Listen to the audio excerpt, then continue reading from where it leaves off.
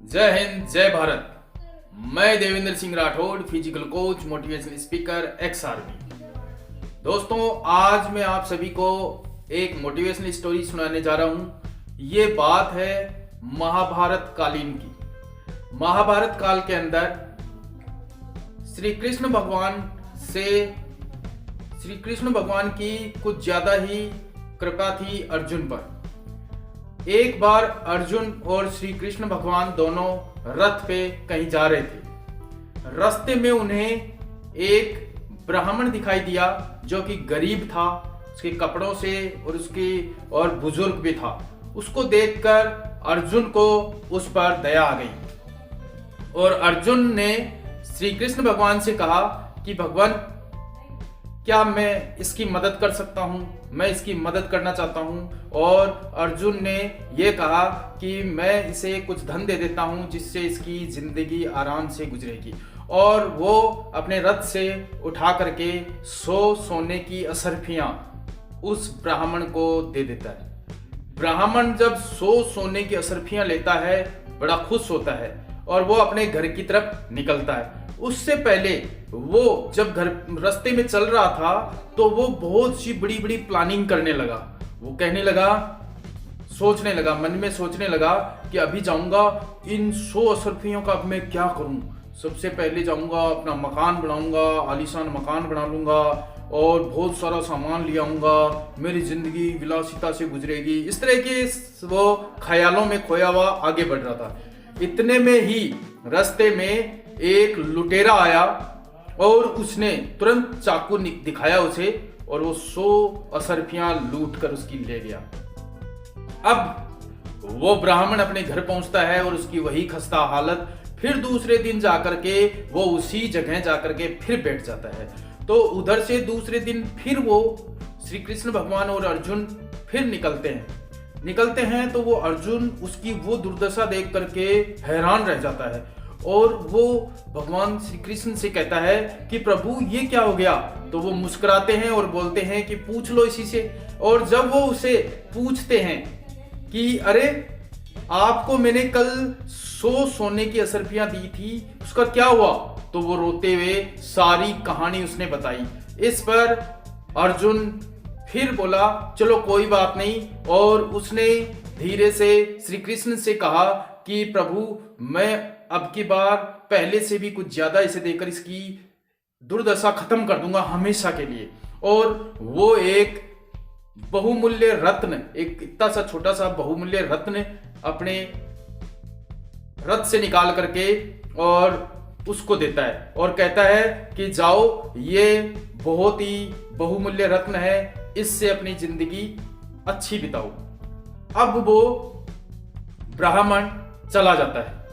जब वो चला जाता है तो पीछे से दूसरे दिन जब श्री कृष्ण भगवान और अर्जुन जब जा रहे थे तो अर्जुन ने श्री कृष्ण भगवान से कहा कि प्रभु, अब जरूर वो जो ब्राह्मण था, वो ब्राह्मण बड़ी अच्छी जिंदगी जी रहा है, ये मैं सोच सकता हूँ और मैं कह सकता हूँ कि अब उसकी जिंदगी अच्छी गुजर रही होगी। तो श्री कृष्ण भगवान मुस्कुराते हैं और से कहते हैं कि खुद ही देख लो चलकर। तो वो फिर उसी जगह जाते हैं तो वहां पर वो ब्राह्मण फिर खड़ा मिलता है। तो उसे देख करके वो अर्जुन कहता है कि अरे, आज फिर तुम यहाँ पर कैसे हो? क्या हो गया? तुम्हें कल वो बहुमूल्य रत्न तो दिया था। तो उसने रोते हुए पूरी कहानी बताता है। वो कहता है कि जब मैं रत्न लेकर घर पहुंचा तो लेट हो चुका था, रात हो चुकी थी। तो मेरी जो घरवाली थी, मेरी मिसेज थी, मेरी वाइफ थी, वो सो चुकी थी उस टाइम। और मैं घर गया और मैंने घर जाते ही देखा कि इस रत्न को कोई चुरा के न ले जाए या कहीं कोई उठा ना ले जाए। तो मैं इसे किसी ऐसी जगह रख देता हूं सुरक्षित, जहां कोई भी ना ले सके।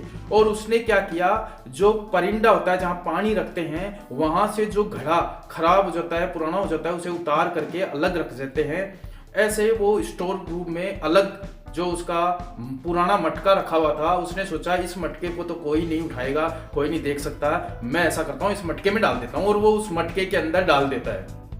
दूसरे दिन जब सुबह उसकी वाइफ जल्दी उठती है और वो उठ करके अपना घर का काम करके और पानी लेने के लिए वो जाती है। तो जब वो मटका लेकर के नदी के किनारे पे जाती है, तो उससे पहले जब वो मटका लेने के लिए जाती है तो रास्ते में उसका नया मटका फूट जाता है। जब मटका फूट जाता है तो वो वापस आती है, अब उसके पास नया मटका नहीं था, तो वो वहां से जाती है और उस पुराने वाले मटके को उठा करके ले जाती है। जब ले जा करके उसको पानी के अंदर डुबोती है वो, और पानी भर करके घर ले आती है और उसको अपने वहां परिंदे में रख देती है।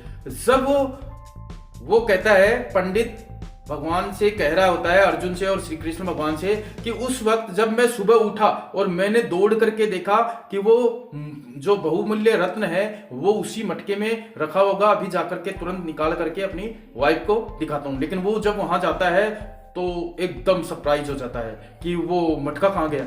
तो जब वो मटका उसे नहीं मिलता तो वो दौड़ करके अपनी पत्नी से पूछता है कि वो मटका कहाँ है। तो वो बोलती है कि वो मटका तो मैंने परिंदे में रख दिया, वो नया वाला फूट गया था इसलिए मैं उठा ले गई। तो वो दौड़ कर जाता है और पानी के अंदर हाथ डालता है उसके अंदर, तो उसमें कुछ नहीं होता। तो उस पर गुस्सा आता है, वो बोलता है कि तुम क्यों उठा ले गई, उसके अंदर मेरा रत्न चला गया। इस तरह से वो जो रत्न था उसे खो देता है। अब वो हैरान हो जाता है, जो अर्जुन होता है वो बहुत ही हैरान रह जाता है कि मैंने इसे 2 बार दिया और दोनों बार ही नहीं हुआ। तो भगवान को कहता है कि प्रभु ये क्या हो रहा है, ये कैसे हो रहा है। तो भगवान श्री कृष्ण कहते हैं कि कोई बात नहीं, अभी इसे मैं देता हूँ। और भगवान श्री कृष्ण उस जमाने के अंदर सोने की असरफियाँ होती थी और चांदी की, इसके अलावा चांदी के टक्के होते थे और जो तांबे के टक्के होते थे। तो वो उन्होंने तांबे का एक कॉइन उठा करके उसको दे दिया हाथ में और बोला जाओ तुम, इससे कुछ हेल्प हो जाएगी तुम्हारी। अब वो ब्राह्मण था, वो बड़ा ऐसे गुस्से में हुआ कि इतना बड़ा आदमी, इतना बड़ा रथ ले रखा है, इतने स्वर्ण आभूषण पहन रखे हैं और मुझे इतना सा कॉइन दिया है, और वो रूप से मन से चल पड़ा। जब वो रास्ते में चलता है तो वो सोचता है कि यार इस सिक्के से मेरा भी कुछ नहीं होना, क्या करूं। इतने में वो सामने से देखता है एक मछुआरा मछली पकड़ कर लेकर आ रहा होता है। तो वो उस मछुआरे को कहता है कि भाई ऐसा कर, ये मछली मुझे दे दे, ये कॉइन तू पकड़। तो वो उस कॉइन के बदले में एक मछली, उसकी मछली जो पकड़ के लेके आया था वो मछली उससे ले लेता है और कहता है मेरे कमंडल में छोड़ दे, डाल दे, मैं थोड़ी दूर जाऊंगा और इसे पानी में छोड़ दूंगा, कुछ तो धर्म होगा। ये कहकर के उसने कमंडल में मछली डलवा ली। अब जैसे मछली डलवा करके जब वो थोड़ी दूर आगे जा रहा था तो इतने में ही उसकी नजर कमंडल पर पड़ी और उसने कमंडल को देखा। तो कमंडल जो मछली थी उसने मुंह के अंदर वो जो रत्न था, उसका जो रत्न था वो रत्न उसके मुंह से उसने बाहर निकाल दिया। ये देख करके वो एकदम जोर से चिल्लाया, आह मिल गया मिल गया। जब वो ये इस तरह से जोर से चिल्लाया कि मिल गया, तो सामने से वो जो लुटेरा था, जो उसकी 100 असरफियां लेकर के जा रहा था, वो उधर से आ रहा था। और उसने जब देखा कि वो ये पंडित मुझे पहचान गया है और पीछे से कई लोग आ रहे हैं, मुझे पकड़ करके पीटेंगे, ये सोच करके वो घबराहट में जोर से भागा और वो अपना सामान वहीं छोड़कर भाग गया। उसके पास जो असरफियां थी वो वहीं छोड़ के भाग गया। और जब वो भागा तो वो पंडित उसको देख के पहचान गया और जब दौड़ के उसके देखा तो उसकी पोटलियां वहीं रखी थी, उसने खोल के देखा तो उसमें काफी असरफियां थी। इस तरह से उसने असरफियां ली और चला गया।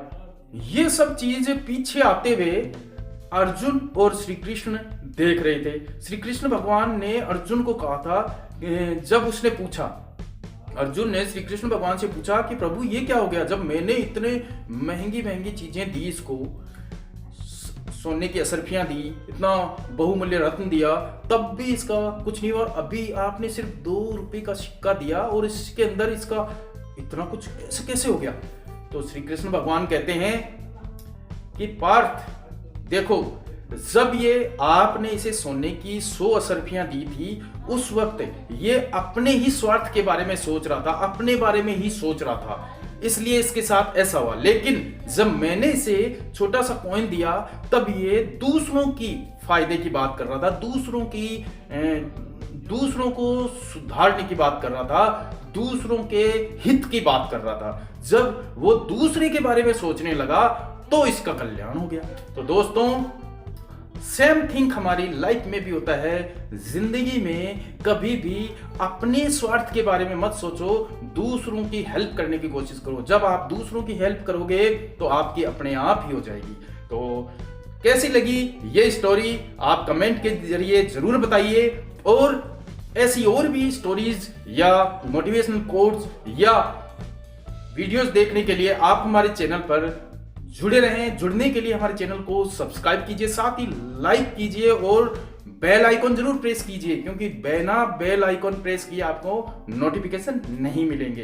तो जय हिंद, गुड बाय, टेक केयर, मिलते हैं नेक्स्ट।